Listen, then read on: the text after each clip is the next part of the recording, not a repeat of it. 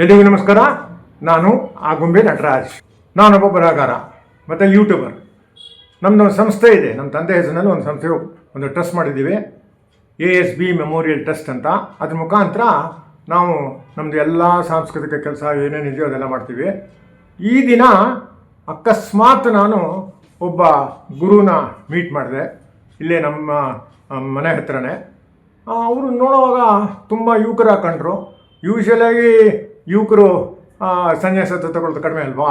ಹಾಗಾಗಿ ನನಗೆ ಆಸಕ್ತಿಯಿಂದ ಅವ್ರನ್ನ ಮಾತಾಡಿಸಿದೆ. ಅವ್ರಿಗೆ ಹೇಳಿದೆ, ನಾವು ಸ್ವಲ್ಪ ಒಂದು ಯೂಟ್ಯೂಬ್ ನಡೆಸ್ತಾ ಇದ್ದೀವಿ, ನೀವು ಇಂಟರ್ವ್ಯೂ ಕೊಡ್ಬೋದಾ ಅಂತ. ಆಗಲಿ ಅಂತ ಒಪ್ಕೊಂಡು ಇವತ್ತು ಬಂದಿದ್ದಾರೆ. ಅವರಿಗೆ ನಾನು ಸ್ವಾಗತ ಕೋರ್ತಾ ಇದ್ದೀನಿ. ಸ್ವಾಮೀಜಿ, ನೀವು ಸನ್ಯಾಸತ್ವ ತಗೊಳ್ಳೋಕ್ಕೆ ಏನು ಕಾರಣ, ಮತ್ತು ನಿಮ್ಮ ಬಾಲ್ಯಾವಸ್ಥೆ ನೀವು ಹೇಗೆ, ಅದರ ಪೂರ್ವ ಇದೆಲ್ಲ ನೀವು ಸ್ವಲ್ಪ ನಮಗೆ ತಿಳಿಸ್ಕೊಡಿ. ಎಲ್ಲರೂ ನಮಸ್ಕಾರ. ಜಯ ಸತ್ಯವರ್ಧನ ಅಂತ, ವಿಶ್ವ ಹಿಂದೂ ಮಠ ಸಂಸ್ಥಾಪಕ ಅಧ್ಯಕ್ಷರು, ಬೆಂಗಳೂರು. ಈಗ ನಮ್ಮ ಆಗುಂಬೆ ನಟರಾಜ್ ಸರ್ ಒಂದ್ಸಲ ಹೀಗೆ ಮೀಟ್ ಮಾಡಿ ಈ ಥರ ನಾವು ಪುಸ್ತಕದಿಂದ ಹೊರ ತಂದಿದ್ದೀವಿ, ಪುಸ್ತಕಗಳನ್ನು ಬರೆದು ನೋಡಿ ಅಂದರು. ಪುಸ್ತಕ ತುಂಬ ಚೆನ್ನಾಗಿ ಬರೆದಿದ್ದಾರೆ. ಆಮೇಲೆ ಯೂಟ್ಯೂಬ್ ಚಾನಲ್ ಕೆಲವು ವಿಷಯಗಳು ತುಂಬ ಚೆನ್ನಾಗಿ ಮಾಡಿದ್ದಾರೆ. ಈ ಥರ ನೀವೊಂದು ಕಾರ್ಯಕ್ರಮ ಕೊಡಿ ಅಂತ ಹೇಳಿದರು. ಅದಕ್ಕೆ ನಾನು ಬಂದು ಒಂದು ಭೇಟಿ ಮಾಡಿ ಕಾರ್ಯಕ್ರಮ ಕೊಡ್ತಾ ಇದ್ದೀನಿ. ಸ್ವಾಮೀಜಿ, ಈಗ ನೀವು ನಿಮ್ಮ ಹೆಸರನ್ನು ಜಯ ಸತ್ಯವರ್ಧನ ಅಂತ ಇಟ್ಕೊಂಡಿದ್ದೀರಾ. ಇದು ಜಯ ಸತ್ಯವರ್ಧನ ಅದು ಅಪರೂಪದ ಹೆಸರು. ಸೊ ಇದು ಕಾರಣ ಕೇಳ್ಬೋದಾ? ಈ ಹೆಸರು ನಾನೇ ಮಾಡ್ಕೊಂಡಿದ್ದು. ನನ್ನ ಹೆಸರು ಬೇರೆ ಇದೆ, ಒರಿಜಿನಲ್ ಹೆಸರು. ಸರ್ಟಿಫಿಕೇಟಲ್ಲಿ ಅದೇ ಹೆಸರು ಇರೋದು. ಡಾಕ್ಯುಮೆಂಟ್ಸಲ್ಲಿ ಸ್ವಲ್ಪ ಚೇಂಜ್ ಮಾಡಿದ್ದೆ, ಜಯ ಸತ್ಯವರ್ಧನ ಅಂತ. ಅಂದರೆ ನನ್ನ ಹೆಸರು ಹಳೆ ಹೆಸರು ಸತ್ಯನಾರಾಯಣ ಅಂತ. ಸೊ ಅದರಲ್ಲಿ ಅಷ್ಟು ಏಳಿಗೆ ಅಂತ ಏನು ಕಾಣಿಸಿಲ್ಲ. ಮತ್ತು ಅಷ್ಟು ಯಾರಿಗೂ ಬಾಯಿ ಬರೋಲ್ಲ. ಕೆಲವೆಲ್ಲ ಅರ್ಧ ಕಟ್ ಮಾಡಿ ಸತ್ಯನಾರಾಯಣ, ಕೆಲವು ನಾರಾಯಣ ಅಂತಾರೆ, ಕೆಲವು ಸತ್ಯ ಅಂತಾರೆ. ಅದಕ್ಕೆ ನಾನೆಲ್ಲ ನೋಡಿ ಇದ್ರ ಬಗ್ಗೆ ಸಂಶೋಧನೆ ಮಾಡಿ ನನ್ನ ಹೆಸರನ್ನು ಬದಲಾಯಿಸಬೇಕು ಅಂತೇಳಿ ಜಯ ಸತ್ಯವರ್ಧನ ಅಂತ ನಾನೇ ಚೇಂಜ್ ಮಾಡ್ಕೊಂಡಿದ್ದೀನಿ. ಈಗ ನಾನು ಯಾಕೆ ಒಂದು ಕೇಸರಿ ಬಟ್ಟೆ ಹಾಕೊಂಡಿದ್ದೀನಿ ಮುಖ್ಯ ಕಾರಣ ಅಂದರೆ, ಇತ್ತೀಚಿನ ದಿನಗಳಲ್ಲಿ ಕರ್ನಾಟಕದಲ್ಲಿ ಸುಮಾರು ಹಿಂದೂ ಧರ್ಮನ ಪ್ರಚಾರ ಮಾಡೋಕ್ಕಾಗಲಿ, ಅದೇ ಹಿಂದೂ ಧರ್ಮನ ಕಾಪಾಡೋಕ್ಕಾಗಲಿ ಯಾರು ಮುಂದೆ ಬರ್ತಿಲ್ಲ. ಯಾವುದೇ ಒಂದು ಮಠಗಳು ಕೆಲಸ ಮಾಡ್ತಿಲ್ಲ. ಜಾತಿಗೊಬ್ಬ ಸ್ವಾಮೀಜಿ, ಜಾತಿಗೊಂದು ಮಠಗಳು ಕಟ್ಕೊಂಡು ಬರೀ ರಾಜಕಾರಣದಲ್ಲಿ ಮುಳುಗಿ ಅವ್ರ ಕಡೆಯವರೇ ಒಂದು CM ಆಗಬೇಕು, ಅಥವಾ ಅವ್ರ ಕಡೆ ಒಂದು MLA ಆಗಬೇಕು, ಮಿನಿಸ್ಟರ್ ಆಗಬೇಕು ಅಂತ ರಸ್ತೆಗೆ ಪ್ರತಿಭಟನೆ ಮಾಡ್ತಾರೆ ಹೊರತು ಹಿಂದೂಗಳಿಗೆ ಅವರು ಕೆಲಸಗಳು ಮಾಡ್ತಿಲ್ಲ ಮಠಾಧಿಪತಿಗಳು.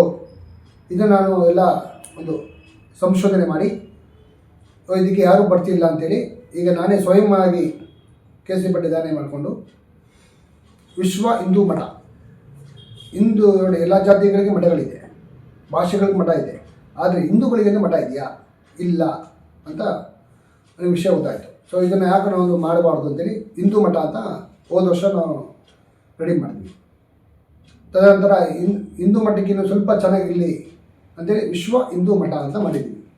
ಇದೇನೆಂದರೆ ನಾವೆಲ್ಲ ಸಾರೋದು ಒಂದು, ನಾವೆಲ್ಲ ಹಿಂದೂ, ನಾವೆಲ್ಲ ಒಂದು ಅನ್ನೋದು ಬರೀ ಮಾತಲ್ಲೇ ಆಗಿದೆ ಹೊರತು, ಘೋಷಣೆಯಲ್ಲಿ ಕೂಗ್ತಾರೆ ಹೊರತು ಯಾರು ಅದನ್ನು ಸರಿದಾರಿ ತೊಗೊಂಡು ಹೋಗ್ತಿಲ್ಲ. ಅದಕ್ಕೆ ಈಗ ನಾವೆಲ್ಲ ಸೇರಿ ಒಂದಾಗಿ ಮಾಡಬೇಕು ಅಂತೇಳಿ ಎಲ್ಲ ಕಡೆ ನೀವು ನೋಡ್ತಾ ಇರ್ಬೋದು. ಈ ಒಂದು ಜನವರಿ ತಿಂಗಳಲ್ಲಿ ಕರ್ನಾಟಕದಲ್ಲಿ ಮತ್ತು ಭಾರತದಲ್ಲಿ ಹಿಂದೂಗಳಿಗೆ ಉತ್ಸವ, ಹಿಂದೂ ಸಮಾಜೋತ್ಸವ ಅಂತ ಕಾರ್ಯಕ್ರಮ ಮಾಡ್ತಾಯಿದ್ದಾರೆ ಈ ನಮ್ಮ ರಾಷ್ಟ್ರೀಯ ಸ್ವಯಂ ಸಂಘದಿಂದ. ಸೊ ಪ್ರತಿಯೊಬ್ಬರು ಹಿಂದೂಗಳು ಬಂದು ಈ ಕಾರ್ಯಕ್ರಮದ ಭಾಗವಹಿಸಿ ಎಲ್ಲ ಯಶಸ್ವಿಗೊಳಿಸಿದ್ದಾರೆ.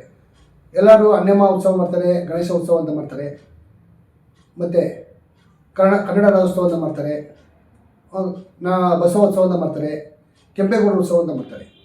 ಇವರೆಲ್ಲ ಹಿಂದೂಗಳಾಗಿದ್ದರೂ ಕೂಡ ಹಿಂದೂಗಳಿಗೆ ಉತ್ಸವ ಮಾಡ್ತಿಲ್ಲ. ಇವರು ಮೂಲ ಯಾರು, ನಾವೇ ಹಿಂದೂಗಳೇ. ಈ ಒಂದು ಕಾರ್ಯಕ್ರಮ ಮಾಡಬೇಕಂತೇಳಿ ಅವರು ಆಯೋಜನೆ ಮಾಡಿ ಎಲ್ಲ ಚೆನ್ನಾಗಿ ನಡೆಸಿದ್ದಾರೆ. ತದನಂತರ ನಮ್ಮನ್ನು ಆಗುಂಬೆ ನಟರಾಜರು ಕೇಳಿದ್ರು, ನಿಮ್ಮ ಈ ಒಂದು ಬರಗಿದ್ದ ಏನು ಕಾರಣ ಈ ಒಂದು ಸಂತರಾಗೋಕ್ಕೆ. ಆಕ್ಚುಲಿ ನಾವೆಲ್ಲ ಸಂತರು, ನಾವೆಲ್ಲ ಸಾಧು ಸಂತರು ಅಂತ ಏನು ಹೇಳ್ತೀವಿ. ಏನು ಕಾರಣ ಅಂದರೆ, ಈಗ ನಮ್ಮ ಧರ್ಮ ನಾವೇ ಕಾಪಾಡಬೇಕು, ಯಾರು ಬಂದು ಕಾಪಾಡೋದಿಲ್ಲ, ಯಾವುದೇ ಅನ್ಯ ಧರ್ಮಗಳು ನಾವು ಕಾಪಾಡೋದಿಲ್ಲ. ಆಮೇಲೆ ನಮ್ಮ ಧರ್ಮ ನಾವೇ ಒಂದು ಬೇರೆ ಧರ್ಮದವರು ನಮ್ಮ ಧರ್ಮನ ಫಾಲೋ ಮಾಡ್ತಿಲ್ಲ. ಅದೇ ನಾವು ಹಿಂದೂಗಳಾಗಿ ಬೇರೆ ಧರ್ಮ ಫಾಲೋ ಮಾಡ್ಕೋತೀವಿ. ಅರ್ಥ ಅದೇ ತಪ್ಪು ಅವೆಲ್ಲ. ಈಗ ಗಂಡು ಮಕ್ಕಳಾಗಲಿ ಹೆಣ್ಮಕ್ಳಾಗಲಿ ಹಣೆಗೆ ತಿಲಕ ಧಾರಣೆ ಮಾಡೋದು, ವಿಭೂತಿ ಧಾರಣೆ ಮಾಡೋದು, ಅರ್ಶಿನ ಕುಂಕುಮ ಹಚ್ಕೊಳ್ಳೋದು ನಮ್ಮ ಧರ್ಮ ಹಿಂದೂಗಳದ್ದು. ಇವಾಗ ನಾವೆಲ್ಲ ಬಿಟ್ಬಿಟ್ಟಿದ್ದೇವಲ್ಲ. ಬೇರೆ ಧರ್ಮದವರು ಬೇರೆ ದೇಶದಿಂದ ಬಂದು ಅವರ ಧರ್ಮನ ಪಾಲನೆ ಮಾಡ್ತಾ ಇದ್ದಾರೆ. ಅದು ನಮ್ಮ ದುರ್ದೈವ ಏನಂದರೆ, ನಮ್ಮ ಹಿಂದೂಗಳೇ ನಮ್ಮ ಧರ್ಮನ ಕಾಪಾಡ್ತಾ ಇಲ್ಲ. ಸೊ ಇದನ್ನು ಎಚ್ಚರಿಕೆ ಕೊಡಬೇಕು ಅಂತೇಳಿ ಎಲ್ಲರಿಗೂ ಪ್ರತಿಯೊಬ್ಬರಿಗೆ ಹೇಳಿದ್ವಿ.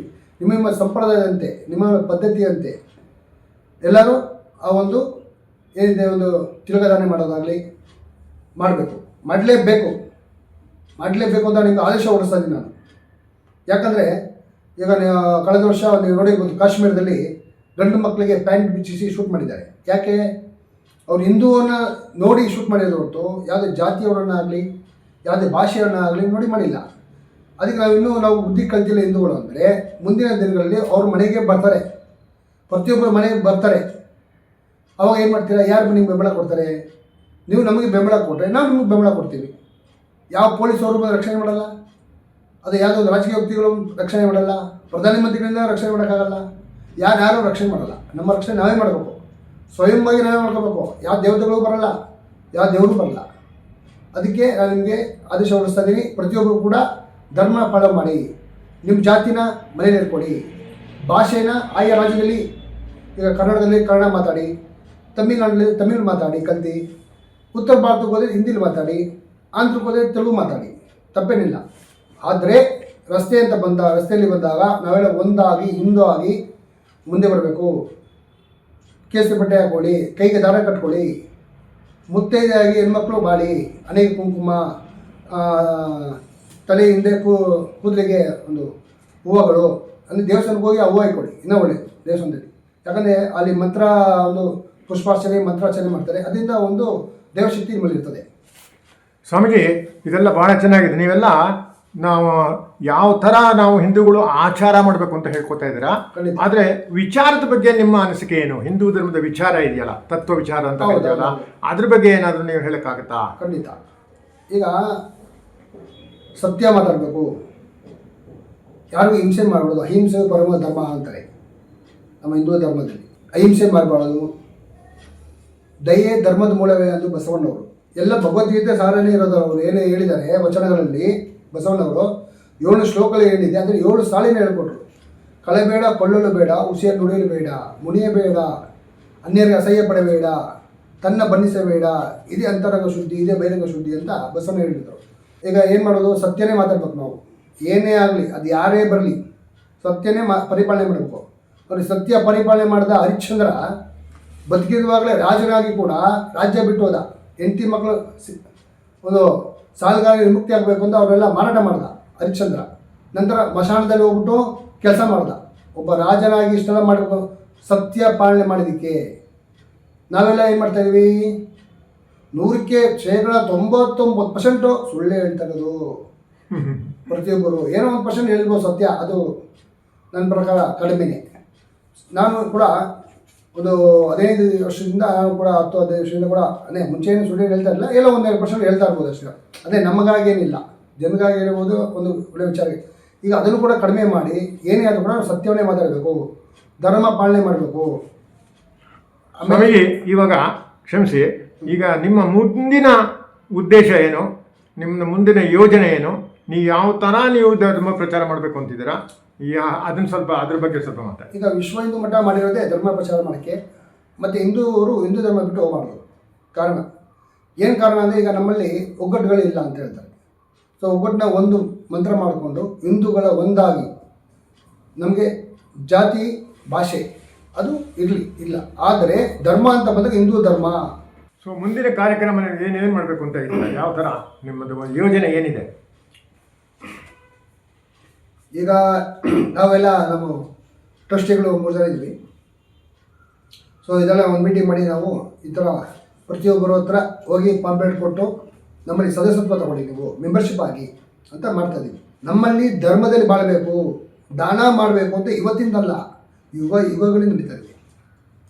ಹೇಳಿ, ದಾನ ಅಂದರೆ ಎಲ್ಲ ಯಾವುದೇ ಥರ ದಾನ, ತನುವಿಂದ, ಮನೆಯಿಂದ, ದನದಿಂದ, ಯಾವುದೇ ಥರ ದಾನ ಇರ್ಬೋದು. ಇದೇ ದಾನ ಮಾಡಬೇಕು ಅಂತಲ್ಲ.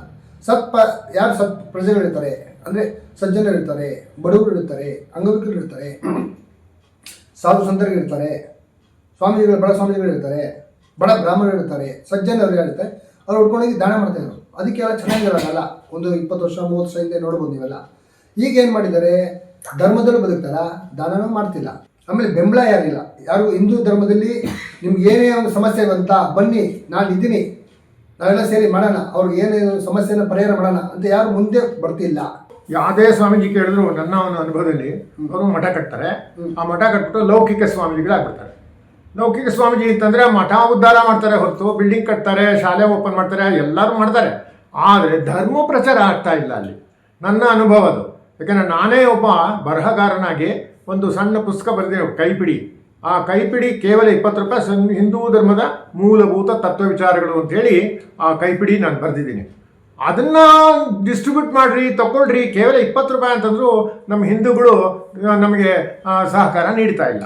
ಸೊ ಇದ್ರ ಬಗ್ಗೆ ನೀವೇನು ಹೇಳ್ತೀರಾ? ಇದು ತುಂಬ ದುಃಖಕರ ಸಂಗತಿ. ಇದು ನಾವೇನೇ ಆದರೂ ಕೂಡ ಹಿಂದೂಗಳು ಒಂದಾಗಿ ಬಂದು ಮುಂದೆ ನಿಂತು ಪ್ರತಿಯೊಬ್ಬರು ನೋಡಿ, ಒಂದು ಚಿಕ್ಕ ಪುಸ್ತಕ ಮಾಡಿದರೆ, ಒಂದು ಪುಸ್ತಕ ಚಿಕ್ಕದಿರ್ಬೋದು, ಮೂರ್ತಿ ಚಿಕ್ಕದು ಕಿಡಿದು ದೊಡ್ಡದು ಅಂತಾರೆ.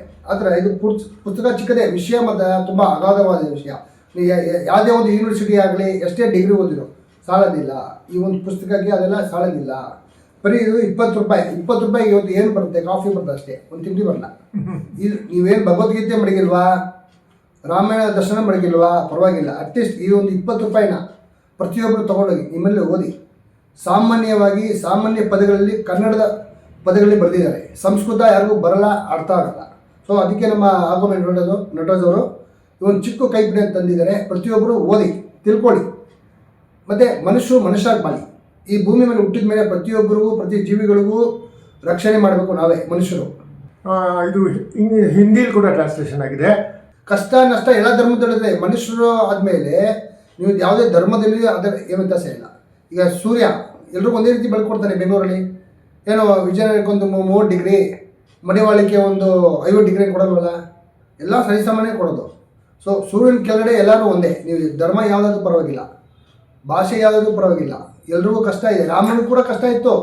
ರಾಮನಿಗಿಂತ ಕಷ್ಟ ನಮ್ಗೆ 14 ವರ್ಷ ಕಾಡಿಗೆ ಹೋಗಿದ್ದು ಹೆಂಡತಿ ಜೊತೆ. ಭಾಳ ಸಂತೋಷ ಆಯಿತು ಸ್ವಾಮೀಜಿ. ತುಂಬ ಹೊತ್ತು ಮಾತಾಡಿದ್ರಿ, ಭಾಳ ಖುಷಿ ಆಯಿತು. ಬರ್ತಾ ಇರಿ. ನಮ್ಮಿಂದ ಯಾವ ಥರ ಬೇಕಾದರೂ ಬೆಂಬಲ ನಿಮಗೆ ಬೇಕು ಅಂತ ನಾವು ಕೊಡೋಕ್ಕೆ ತಯಾರಿದ್ದೀವಿ. ಸೊ ಇಲ್ಲಿವರೆಗೆ ನೀವು ದಯಮಾಡಿಸಿ ನಮ್ಮ ಮಾತಿಗೆ ಬೆಲೆ ಕೊಟ್ಟು ಬಂದಿದ್ದಕ್ಕೆ ನಿಮಗೆ ನಾನು ಅನಂತ ಅನ್ನೋ ವಂದನೆಗಳನ್ನ ಕೇಳ್ಕೊತೀನಿ. ನಿಮ್ಮ ಎಲ್ಲ ಒಂದು ಕಾರ್ಯಕ್ಕೂ ಭಗವಂತ ಯಶಸ್ಸು ಕೊಡಲಿ, ಆಶೀರ್ವಾದ ಕೊಡಲಿ ಅಂತ ನಾನು ಕೇಳ್ಕೊತೀನಿ. ಧನ್ಯವಾದಗಳು. ASB ಚಾನೆಲ್ ಅವ್ರಿಗೆ ತುಂಬ ಧನ್ಯವಾದಗಳು. ಸರ್ವೇ ಜನ ಸುಖಿನೋ ಭವಂತು.